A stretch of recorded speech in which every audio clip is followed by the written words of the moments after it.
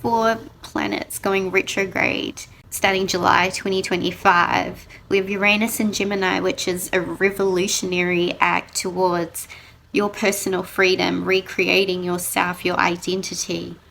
And this isn't just even a superficial identity of what your ego is, what your alter ego is. This is like soul revolutionized spark of your birth chart, of your destiny, of your north node, of why you came back here, of entailing all gifts, all spiritual gifts, or skills, or capabilities, or personalities, the essence, your DNA, your structure of why you came back here is coming to the surface, is coming to be seen, to be recognized.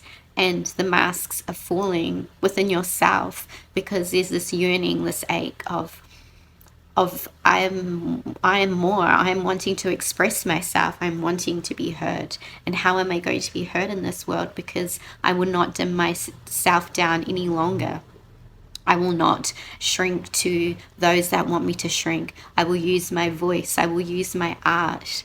I will use my body in art form in the way that I want to use it, in my clothing style, and how I express, how I'm seen, how I show up in this world. And this is a stripping of the death of this old self, of who you maybe even thought you were, but that you can't hide any longer, that you can only be in this expressive place of carrying this vibration. You are a being that vibrates on a certain level. And with that, you reach out to the others with the vibration of your essence. Who do you want to reach? Where is this reaching? And how do you want to then impact your life? And stepping into this revolution of personal power, freedom, autonomy, leaving behind what no longer serves you. And this is like huge transit that is happening, where you will be feeling so many emotions, so many ways of confusion because everything is, I'm going to say, violently being either ripped out from underneath you, because you cannot hide any longer, is what it's showing you. It's showing you a blessing, though.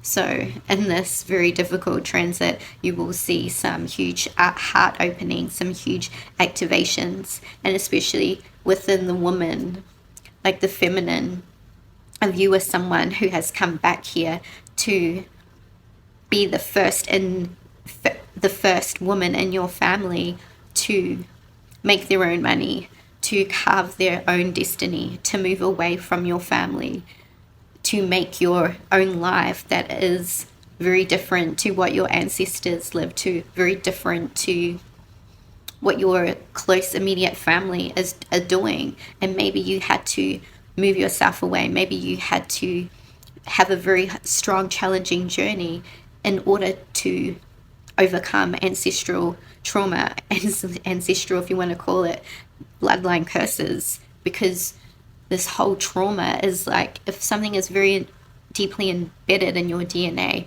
you're going to feel huge shake up within this week, because there is a structure that is definitely changing. And it's like your essence, your spark that I was talking about, can no longer go on pretending. It can no longer go on hiding. And this is why you came back, to change, to be the first in your family to do this thing, to be the first in your family that is independent.